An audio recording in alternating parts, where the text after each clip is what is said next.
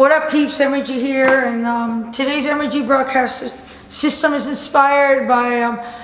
I watched a documentary yesterday with my daughter Amanda called "Leaving Neverland," and it's about Michael Jackson and all the sexual abuse allegations. And the documentary is based on two of his victims, and a breakdown of the course of decades of experiencing what they experienced, not just physically, but emotionally, spiritually, and what they're still currently dealing with. And it's a controversial subject, and not that sexual abuse is, but rather the icon, the person, the legend, Michael Jackson. And people cannot believe that that's possible. It's impossible. That every time that he was ever accused of sexual abuse, the majority of the public stood behind him. And how difficult must that have been for the victims? They were trying to go up against this huge lion, and what we seem to not realize, and people lose sight of, is that we're trained and programmed in our minds as something evil that's going to hurt you and harm you and destroy you and break you. Doesn't look like this evil looking thing, but rather disguised as a cop, as a priest, as a Boy Scout leader, as a teacher, as a coach, sometimes a parent, an uncle, a friend's parent. Because we're programmed that these are all good things in our lives. People you can trust, that'll guide you, that are going to lead you and would never harm you. That what's bad and evil is something that looks bad and evil. And the truth is, folks, that the person who does it right and the true predators in the world are the ones that disguise themselves in what is good in the world. And they're predators in that way. They know where to disguise and hide themselves, that they can impact and destroy a life. So please be mindful when we speak and we protect, or we say, oh, it's impossible, unless you've walked in those shoes. And I personally have a background of being abused as a kid, sexual abuse. And it's a tough subject because there's a lot of shame and fear attached to it. But the truth is, and if we don't speak out and stand up for those who are not brave enough, who were brave enough and were rejected by society and weren't believed, and to those that are living in silence or are currently being abused, we've got to stand up for those things. And we got to speak out that it doesn't look a certain way, but it can look in many different ways.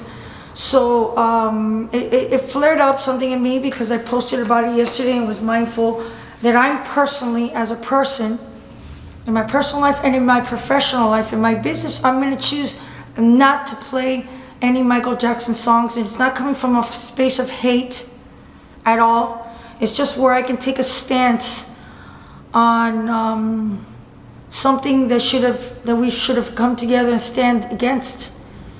And that I'm not here to judge the parents, to judge Michael Jackson, to judge any of the kids that experienced what they experienced and why they made the decisions they make, but rather, what can I do about it now personally? Because I feel like at some point I was one of the ones doubting, and I feel some disappointment in myself that especially coming from the background that I come from, that I wasn't more mindful to think that through when I was, in a part of it, because I grew up in the mix of that Michael Jackson was this icon, this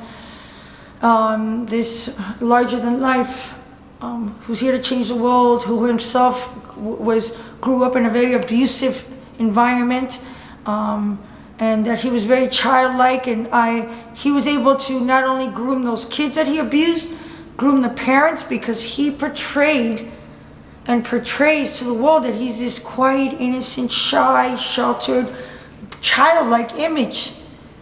And that's what he used as a mask to destroy lives to the magnitude that he did, and to kind of put a quilt over our eyes. And it happens to many, well, that's a totally different subject. I don't want to get into anything else than rather this, but I just think we need to be mindful and don't judge, because it's a tough subject when somebody feels comfortable to talk about it. But beyond feeling comfortable, once they create the bridge to bring together what you thought was love and someone treating you special and loving you in a way that is not harmful because they don't look the part of the evil person, right? To come to terms with that person that you love and you adore and you share something special with is the one destroying you. It takes time to build that bridge and connect those dots, because in your whole life has been a lie. Everything you believed has been a lie. So how can we judge somebody that took them to be 20-something years old, or in their 30s actually, and have a child? It's when they had their own child and looked in their child's eyes and realized, like, oh my God, I can't imagine anybody doing to this child what was done to me. That's when you start to connect the dots. So everybody has their own process in getting to where they get to be able to talk about it. So it's just food for thought. It's for us to be mindful of who we allow our children to be around, and it's a difficult thing, because unfortunately there's been Boy Scouts leaders, teachers, police officers, priests, celebrities, family members that abuse children, and they don't look the part. So we have to be mindful of what evil really looks like. Evil doesn't look what we imagine in our minds. We have to be mindful of and have the mindset to teach our children and teach the world that it's disguised in something that looks good. Evil doesn't always look evil. Evil can look many different ways. Anyway, Energy out. Food for thought.